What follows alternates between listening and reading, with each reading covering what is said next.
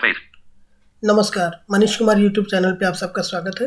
आज की वीडियो में हम person with disability and social work के पेपर को हम शुरू करने जा रहे हैं और इसमें सर्वप्रथम आज हम जो पढ़ने वाले हैं उसके कुछ पॉइंट्स मैं आपको बता देता हूं।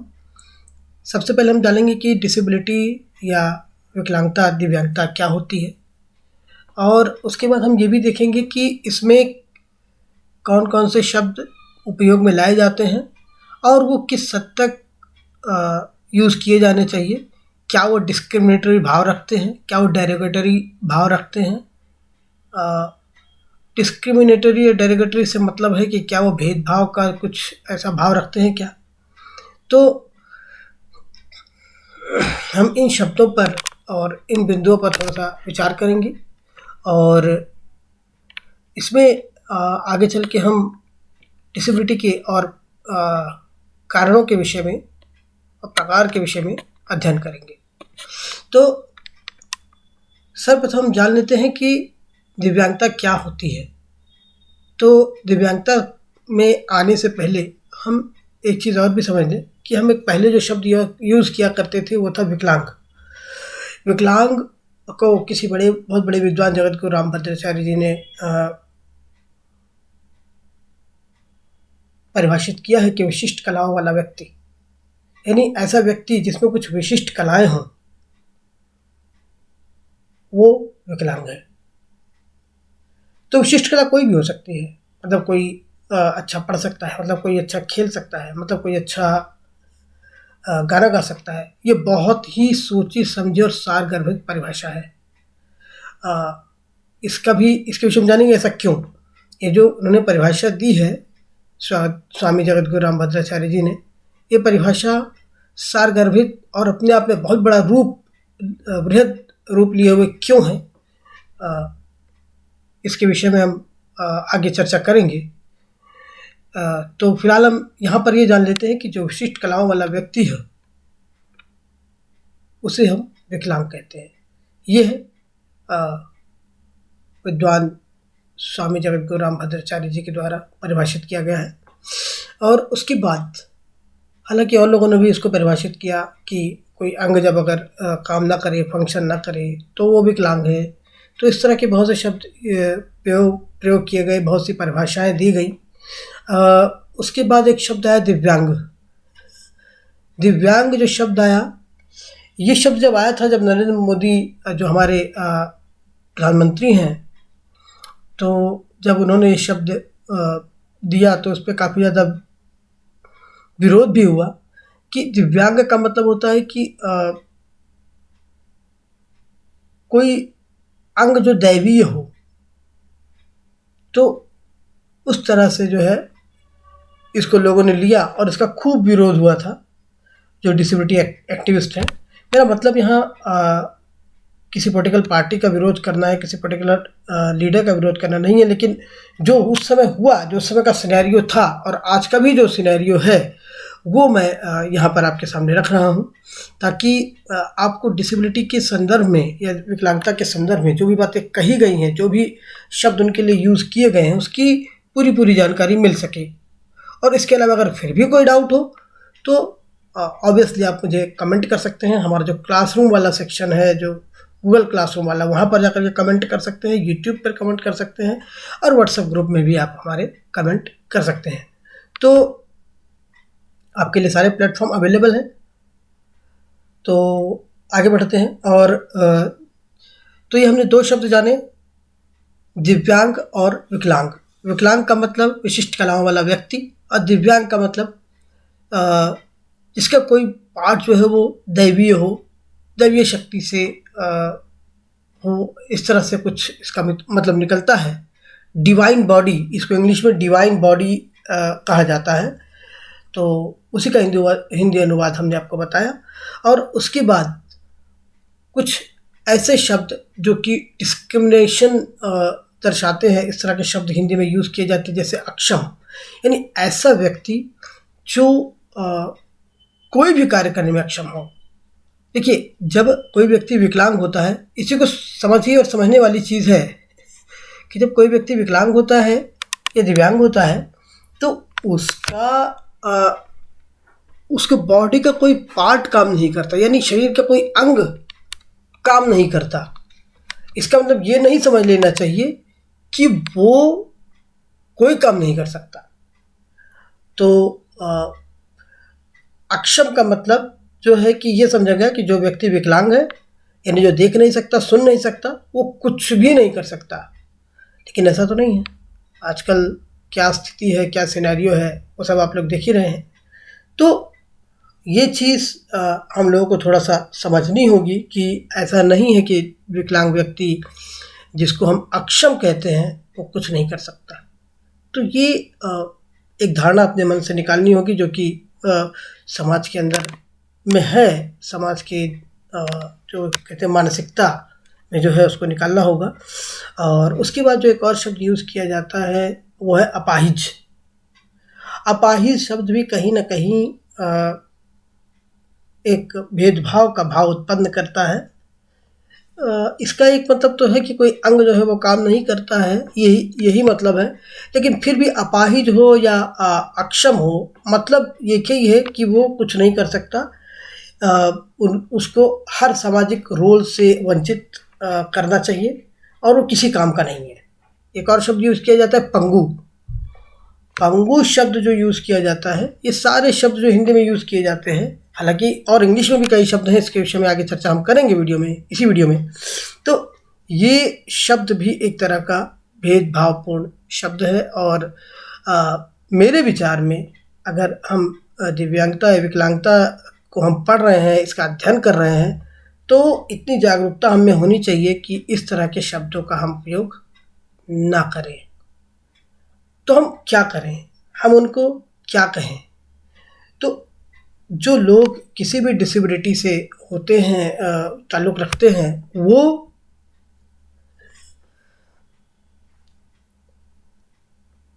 भी चाहते हैं कि उन्हें भी सम्मान मिले।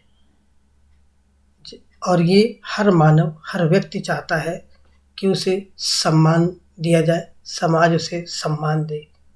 अगर आप किसी को अपमानित करते हैं ये कहकर कि वह अपाहिज है, वह पंगु है, वह अक्षम है, वह विकलांग है, तो ये शब्द उसको हर्ट करते हैं। विश्वास मानिए, ये शब्द उसको कष्ट पहुंचाते हैं। क्यों? क्योंकि वो ये जानता है कि जो उसे समझा जा रहा है वैसा वो नहीं है और वो बहुत कुछ कर सकता है। कई जगह तो ये देखने में आया है कि जब जिसके घर में कोई विकलांग होता है, विकलांग व्यक्ति है, उसको किसी भी शादी या किसी शादी विवाह या किसी और फंक्शन में ले जाना लोग प्रेफर नहीं करते। वो इसलिए कि उनको लगता है कि इसको ले जाने से हमारी बदनामी होगी। तो और ये कि लोग हमारे बारे में लोग क्या सोचेंगे, इस तरह से लोगों के विचार हैं, समाज के विचार हैं, समाज की मानसिकता है, जो कि सर्वथा गलत है। अब हम एक पर्टिकुलर डिसेबिलिटी पे आते हैं। जैसे कोई अगर देख नहीं सकता है तो उसको कहा जाता है अंधा। अंधा शब्द जो है ये कहीं से भी सुनने में भी आप कह सकते हैं कि अच्छा नहीं लगता है। आप उसको रिस्पेक्ट के साथ कह सकते हैं कि वह दृष्टिबाधित है, या आप उसको कह सकते हैं कि वो प्रज्ञाचक्षु है। प्रज्ञाचक्षु शब्द भी स्वामी जगद्गुरु रामभद्राचार्य जी का है और ये बहुत ही अच्छा शब्द है। इसको हम यूज़ कर सकते। प्रज्ञा का मतलब होता है बुद्धि, प्रज्ञा का मतलब होता है बुद्धि। तो प्रज्ञाचक्षु एक जो शब्द उन्होंने दिया है, ये भी बहुत ही अच्छा शब्द है और इसका उपयोग करना चाहिए हमको। इसके अलावा बहुत बड़े महाकवि हुए हिंदी साहित्य में, महाकवि सूरदास जी। तो कोई भी व्यक्ति जब देख नहीं सकता है और उसको जब लोग देखते हैं तो उसको सूरदास के नाम से बुलाते हैं, ये सरासर गलत है। हालांकि वो बहुत बड़े महाकवि हैं, ये हम भी जानते हैं, लेकिन हर व्यक्ति को उसी कैटेगरी में रखना ये ठीक नहीं है। क्योंकि ज़रूरी नहीं है कि वो बाद में जा कर के कीर्तन करेगा या बाद में साहित्य में ही जाएगा, ये ज़रूरी नहीं है। तो ये कहने का मतलब समाज का ये होता है कि इसको गाना बजाना दे दो और ये गाना बजाना करेगा, बस उससे इसका रोजगार चलेगा। ये समाज की जो धारणा होती है ये भी गलत है। इस तरह से ऐसे नाम से किसी को नहीं बुलाना चाहिए। उसको रिस्पेक्ट दीजिए। आप उसको प्रज्ञाचक्षु कहेंगे, वो प्रज्ञाचक्षु है, गलत नहीं है, बहुत अच्छा शब्द है। दृष्टिबाधित है, गलत नहीं है, बहुत अच्छा शब्द है। दृष्टिबाधित का मतलब क्या होता है? उसकी दृष्टि में कुछ न कुछ बाधा है, मतलब वो देख नहीं सकता, मतलब वो एक बाधा है उसके लिए। एक शब्द यूज किया जाता है दृष्टिहीन। हीन शब्द जब हम कहते हैं तो एकदम खत्म हो जाता है। तो दृष्टिहीन शब्द, हालांकि इस शब्द को हम गलत भी नहीं कह सकते, लेकिन फिर भी इस शब्द से कहीं अच्छा दृष्टिबाधित और प्रज्ञाचक्षु सुनने में भी लगता है और एक रिस्पेक्ट भी मिलती है। अगला जो शब्द हम यूज करते हैं नेत्रहीन। अगर कोई व्यक्ति है, उसकी आंखें तो है, आंखों का शेप तो है उसकी बॉडी पर, तो हम उसको नेत्रहीन तो कह ही नहीं सकते। हाँ, दृष्टिहीन एक पल के लिए आप यूज कर सकते हैं, लेकिन वो अच्छा नहीं लगता है सुनने में। अगली डिसेबिलिटी पे अगर हम आते हैं तो वो शब्द है आपके लिए श्रवण बाधित। श्रवण बाधित ये शब्द बहुत अच्छा है। जिस तरह से दृष्टि बाधित है उसी तरह से श्रवण बाधित शब्द भी हम यूज कर सकते हैं, जो सुन नहीं सकते हैं। लेकिन बहरा शब्द कतई उनके लिए यूज नहीं होना चाहिए, क्योंकि ये एक डेरोगेटरी वर्ड है और ये सुनने में लगता है कि जैसे हम उस व्यक्ति का अपमान कर रहे हैं। इसलिए इस तरह के शब्दों का उपयोग, बहरा या इस तरह के शब्द कभी भी किसी भी पर्टिकुलर व्यक्ति के लिए नहीं बोलने चाहिए और यूज़ भी नहीं करने चाहिए, क्योंकि इन शब्दों से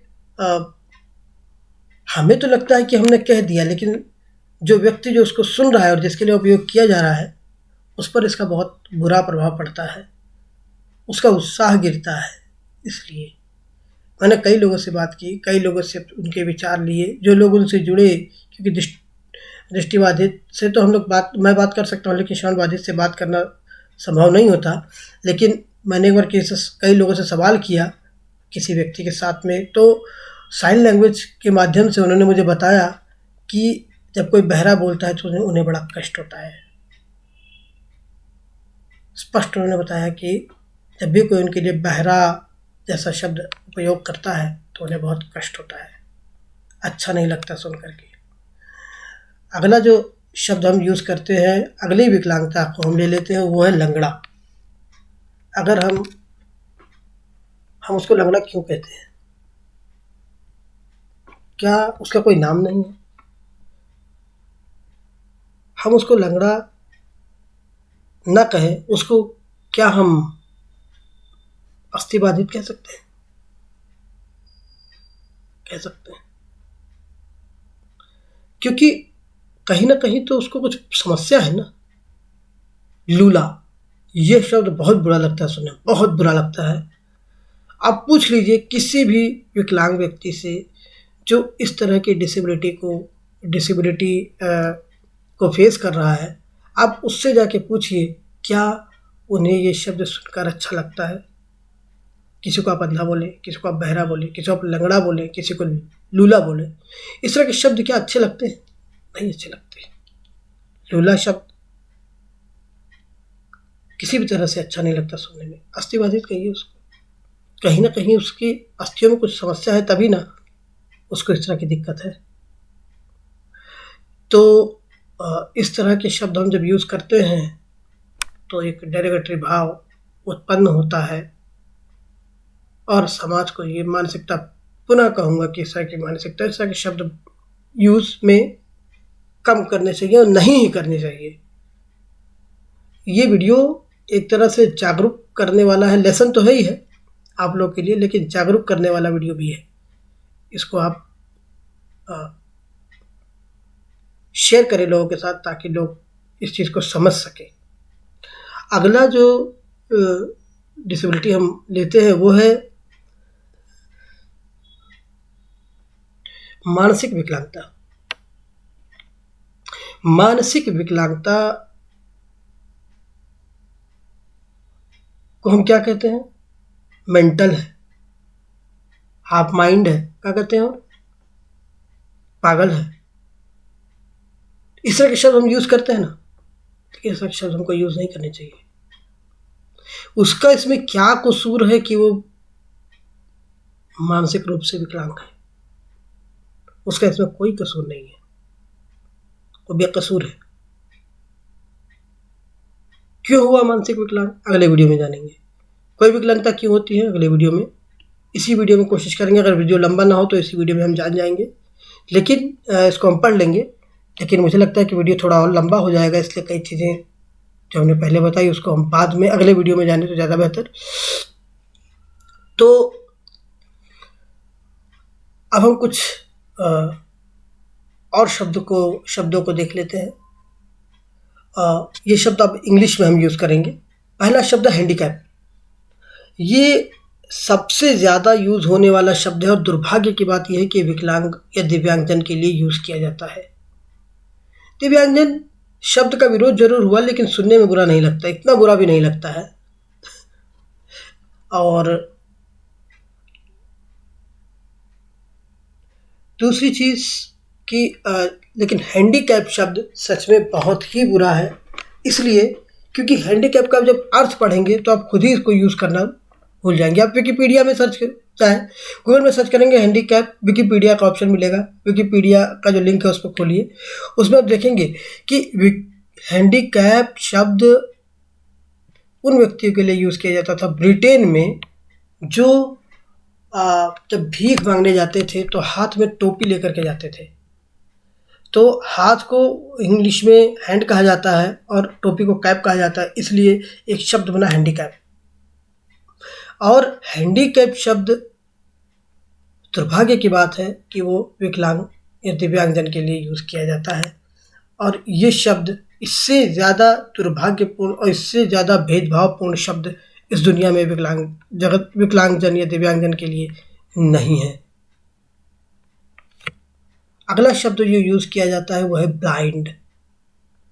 ब्लाइंड शब्द होता क्या है कि हम लोग जो अंधा शब्द हिंदी में यूज़ करते हैं उसके लिए हम ब्लाइंड शब्द यूज़ किया जाता है। और ब्लाइंड का एक दूसरा मतलब जो होता है वो होता है कि जो आर पार नहीं दिखता। जब आप पर्दा लगा देते हैं तो पर्दे को हम ब्लाइंड कह सकते हैं, क्योंकि वो उसके आर पार दिखता नहीं है जब तक वो ट्रांसपेरेंट ना हो, जब तक पारदर्शी ना हो। क्योंकि पर्दा कभी ट्रांसपेरेंट नहीं होता। अगर आप रूम में या कहीं पर कोई पर्दा लगाते हैं तो इस उद्देश्य से लगाते हैं कि उसके आसपास कुछ दिखे, उसके आर पार कुछ ना दिखे, ना आने वाले को कुछ दिखे, बाहर जो है उसको ना कुछ दिखे अंदर का, और अंदर के लोगों का बाहर कुछ ना दिखे। तो ये ब्लाइंड शब्द वहाँ यूज़ होता है। और ये शब्द जो है वो लोग जो कि दृष्टिबाधित है उनके लिए यूज़ किया जाता है ब्लाइंड। अगला शब्द जो यूज़ किया जाता है वो है डेफ। डेफ शब्द जो है वो श्रवण बाधित, जो सुन नहीं सकते, उनके लिए उपयोग किया जाता है ज़्यादातर। ये बहरा का इंग्लिश ट्रांसलेशन कह सकते हैं, जो कि हमने पहले चर्चा की कि ये यूज़ नहीं किया जाना चाहिए। अगला जो शब्द जो मुझसे छूट गया था वो है डम। जब डेफ की बात आती है तो डम की बात आती है।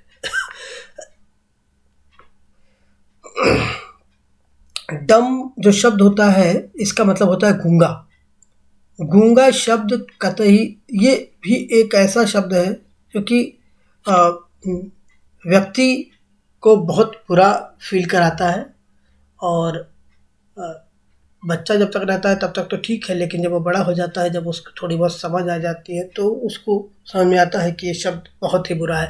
और ये मैं अपने अनुभव नहीं बता रहा, मैं बायस नहीं हो रहा हूँ। ये वे शब्द हैं जो साहित्य में लिखे हुए हैं। इंग्लिश जब आप डिसेबिलिटी का लिटरेचर पढ़ेंगे, डिसेबिलिटी का जब साहित्य उठा के पढ़ेंगे तो आपको ये सारे शब्द वहाँ मिलेंगे, और इनके अर्थ और ये किस तरह से डेरोगेटरी हैं वो सब आप पढ़ सकते हैं। आप डिसेबिलिटी का लिटरेचर उठाइए, आपको एकदम सारे शब्द आपको वहाँ मिल जाएंगे। अगला तो ये हमने बात की गूंगा या डम। अगला जो शब्द है वो है लेम, लंगड़े को बोलते हैं। इसी तरह के शब्द, ये लंगड़े का जो ट्रांसलेशन होता है लेम, इस तरह के शब्द हमको अपने डिक्शनरी से निकाल देने चाहिए। तो अब प्रश्न ये आता है कि हम यूज़ क्या करें, हम क्या उपयोग करें, क्या कह के बुलाएं। सबसे बड़ी चीज़ है, कोई भी व्यक्ति होता है उसका एक नाम होता है। आप जब कभी भी how to win friends and influence people, जो डेल कार्नेगी ने किताब लिखी है, उसका एक सबसे महत्वपूर्ण बिंदु यह है कि कोई भी व्यक्ति, या यूँ कह लें कि हर व्यक्ति अपना नाम सुन करके बहुत खुश होता है। उसको उसके नाम से बुलाइए। हर व्यक्ति का कुछ ना कुछ नाम होता है, उसको उसके नाम से बुलाइए ना। नाम से बुलाने में कुछ ज़्यादा थोड़ी ना है। आप उसकी आइडेंटिटी को क्यों बुला रहे हैं? आप उसकी आइडेंटिटी पर क्यों इस तरह का आघात कर रहे हैं? उसका नाम लीजिए, उसके नाम से बुलाइए उसे, सबसे अच्छा है। तो अब आता है कि लिखें तो कैसे लिखें। तो कई शब्द, जैसे हमने पहले ही चर्चा की कि हिंदी में विकलांग या फिर दिव्यांग शब्द यूज़ किया जाता है, और इंग्लिश में हम person with disability, people with disability, इस तरह के शब्द हम यूज़ करते हैं। डिसेबिलिटी क्यों, डिसेबल्ड क्यों? इसका मतलब ये नहीं है कि उसमें एबिलिटी नहीं है। डिसेबिलिटी शब्द बनता है डिसेबल्ड। डिसेबल्ड कोई भी चीज़ हो सकती है। डिसेबल्ड का मतलब ये भी हो सकता है कि जैसे अब हम और आप कंप्यूटर ही यूज़ करते हैं, इसी के उदाहरण में ले लेते हैं। तो कंप्यूटर को जब हम यूज़ करते हैं तो वहाँ पर हमको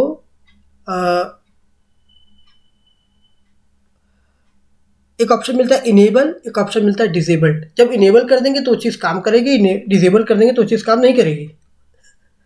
इस तरह से स्मार्टफोन्स में भी अब ये ऑप्शन आपको मिल जाएगा। तो डिसेबल्ड का मतलब ये होता है कि उसका कोई एक अंग काम नहीं कर रहा है। इसका मतलब ये नहीं कि वो सामाजिक जिम्मेदारियां नहीं निभा सकता, उसको सोशल रोल से वंचित कर देना चाहिए, उसको सामाजिक जिम्मेदारियों से वंचित कर देना चाहिए। ये चीज़ नहीं है। डिसेबल्ड का मतलब होता है कोई एक पर्टिकुलर पार्ट, जो कि अंग, जो कि काम नहीं कर रहा। इसलिए डिसेबल्ड यूज़ करना कहीं ना कहीं सही है। और हम क्या यूज़ कर सकते हैं, जैसे हम कहते हैं ना दृष्टिहीन, तो इम्पेयर्ड, बहुत से शब्द होता है हम लोग यूज़ करते हैं। डिसेबिलिटी लिटरेचर में आपको मिल जाएगा।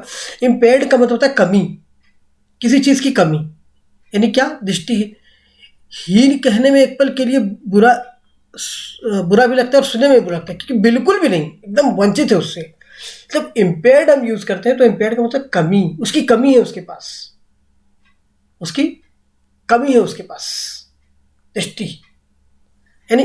तो इसे हम यूज़ करते हैं, क्या यूज़ करते हैं, विजुअली इम्पेयर्ड या visual impairment, hearing impaired, hearing impairment, इस तरह के शब्द हम यूज़ कर सकते हैं। इस तरह से हम उनको बुला सकते हैं जब हमको एक समूह में, एक कलेक्टिवली जब हम उनको यूज़ कर रहे हैं, उनके विषय में कुछ कह रहे हैं, तो हम इस तरह के शब्द यूज़ करें इंग्लिश में। और हिंदी में दृष्टिबाधित, श्रवणबाधित, अस्थिबाधित, है ना, या एक मानसिक रूप से कह सकते हैं, मानसिक रूप से जो दिव्यांगजन, इस तरह के शब्द हम लोग यूज़ कर सकते हैं। तो ऐसे शब्द हम यूज़ करें जिससे कि सुनने में भी अच्छा लगे और कहने में भी अच्छा लगे। अगला एक शब्द यूज़ होता है इंग्लिश में, डिफरेंटली एबल्ड। डिफरेंटली एबल्ड एक बहुत अच्छा शब्द है, इसलिए क्योंकि ये कोई भी हो सकता है। डिफरेंटली एबल्ड का मतलब, जैसे कि मैंने आपको कहा था कि हम इसके विषय में बाद में चर्चा करेंगे। उन्होंने कहा कि विशिष्ट कलाओं वाला व्यक्ति, यही है डिफरेंटली एबल्ड, यही शब्द है डिफरेंटली एबल्ड। आप ये देखिए कि डिफरेंटली एबल कोई भी हो सकता है, किसी में कोई भी कला हो सकती है। मैं बहुत बड़े लोगों का नाम लेने जा रहा हूँ। क्या बिल गेट्स, जो कि माइक्रोसॉफ्ट के सीईओ रहे, स्टीव जॉब जो कि एप्पल के सीईओ रहे, उनमें क्या सबसे बड़ी कला थी? वो क्यों डिफरेंटली एबल थे, औरों से अलग थे? वाई? क्या एबिलिटी थी उनके अंदर, क्या योग्यता थी? अच्छा बिजनेस कर सकते हैं। मुकेश अंबानी जी में एक योग्यता है कि वो अच्छा बिजनेस कर सकते हैं। रतन टाटा जी में एक बहुत बड़ी योग्यता है कि वो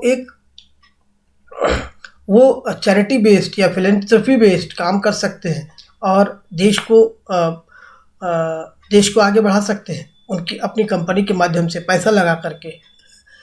उसके बाद आप देखेंगे, आप खेलों में आएंगे तो सचिन तेंदुलकर में क्या उनके अंदर क्या, वो क्यों डिफरेंटली एबल हम कह सकते हैं, क्यों? हालांकि ये शब्द डिसेबिलिटी के लिए यूज होता है, लेकिन डिफरेंटली एबल्ड हर व्यक्ति, क्यों? उनमें कोई ना कोई कला है। सचिन तेंदुलकर में सबसे बड़ी कला ये है उनमें कि वो बहुत अच्छा खेल सकते हैं। मास्टर ब्लास्टर उनको यूं ही नहीं कहा जाता था, या मिस्टर डिपेंडेबल राहुल द्रविड़ को कहा जाता था, मिस्टर कूल MS धोनी को कहा जाता था।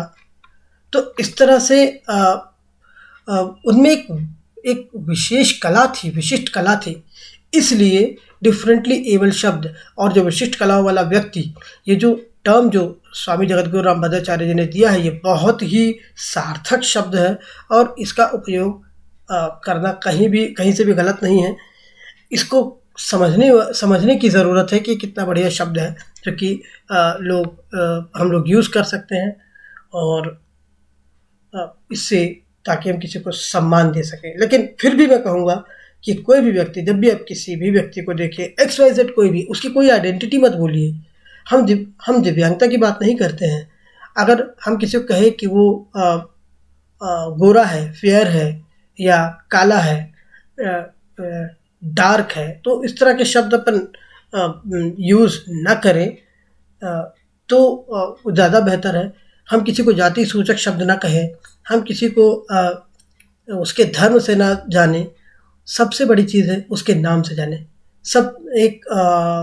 डोनाल्ड रूजवेल्ट अमेरिका के राष्ट्रपति हुए, वो जब भी किसी से मिलते थे तो उन्हें उनके नाम से बुलाना पसंद करते थे। और ये जिक्र डेल कार्नेगी ने अपनी पुस्तक how to win friends and influence people, लोक व्यवहार इसका हिंदी वर्जन है, इसमें उन्होंने किया है। उनकी पूरी कहानी का विषय जिक्र किया है उन्होंने। तो इस तरह से वो जो नाम से जो बुलाते हैं, उसका इम्पैक्ट ही कुछ और होता है। तो ये है आपका इस तरह के ये थे कुछ शब्द जो कि हमको उपयोग में लाने चाहिए, और कौन से शब्द उपयोग नहीं करने चाहिए, इस पर मुझे लगा कि एक बहुत अच्छा वीडियो बनाया जा सकता है। और ये एक लेसन ही नहीं होगा, ये क्लास के लिए वीडियो नहीं होगा, ये जागरूकता भरा वीडियो है। मुझे लगता है कि इसको आप जितना ज़्यादा शेयर करें ताकि लोग इसके विषय में जागरूक हों। आज की वीडियो के लिए फ़िलहाल इतना ही। चैनल को सब्सक्राइब करें, वीडियो को लाइक करें और कमेंट करें। ज़्यादा से ज़्यादा दोस्तों तक शेयर करें ताकि जानकारी लोगों तक पहुंच सके और पर्सन विद डिसेबिलिटी के प्रति लोगों की जागरूकता में वृद्धि हो सके, लोग कुछ सीख सकें, समझ सकें इस कम्युनिटी के विषय में। आज की वीडियो के लिए इतना ही। मिलते हैं अगले वीडियो में, तब तक के लिए धन्यवाद।